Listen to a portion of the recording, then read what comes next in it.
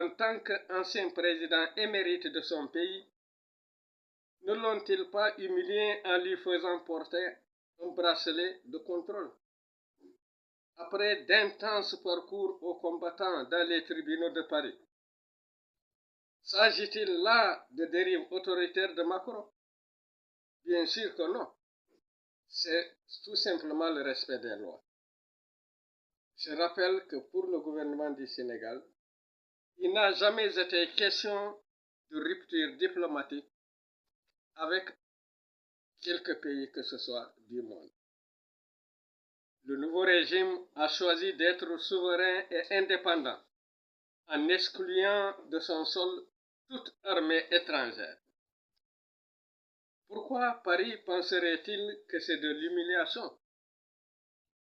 J'ai senti l'absence de la mégalomanie chez les nouveaux dirigeants qui font les choses sans tambour ni trompette. Et c'est cela la sobriété et la virtuosité. Nous ne pouvons pas tolérer qu'au sein du nouveau régime, il y ait des gens susceptibles d'avoir des comportements contraires à l'éthique et à la déontologie qui sont très chers pour Diomaye et Sonko.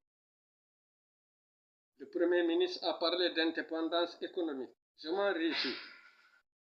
Et je pense que cela débouchera sur une indépendance financière. Il est temps que chacun des dirigeants du monde réinvente une nouvelle forme d'économie qui ne serait pas très dépendante, phagocytée et dictée par qui que ce soit. Il faut également repenser nos rapports diplomatiques avec l'Occident si nous voulons survivre, car l'Europe et l'Amérique n'ont que les embargos et les sanctions économiques comme armes contre les États. Pour moi, le rapprochement avec la Russie, la Chine, l'Inde, l'Iran et les pays arabes est plus qu'une nécessité. Il faut asseoir une lutte contre la désinformation,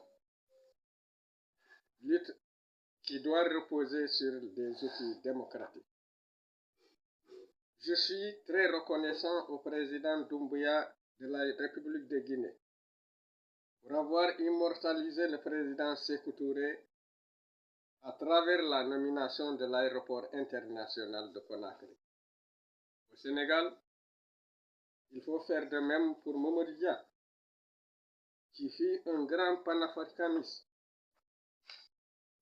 qui était très engagé contre le néocolonialisme et les impérialismes. Il y en a qui sont parmi nous encore, comme Landine Savané, avec plus de 40 ans de lutte sans succès, au point qu'il a fini par abdiquer et rejoindre les différents pouvoirs jusqu'à celui de Macky Sall.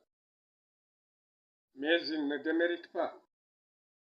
Je salue au passage un de ses fidèles compagnons, M. Biaï, directeur du CRE, Centre de recherche et d'essai de Sédhiou. Je vous remercie.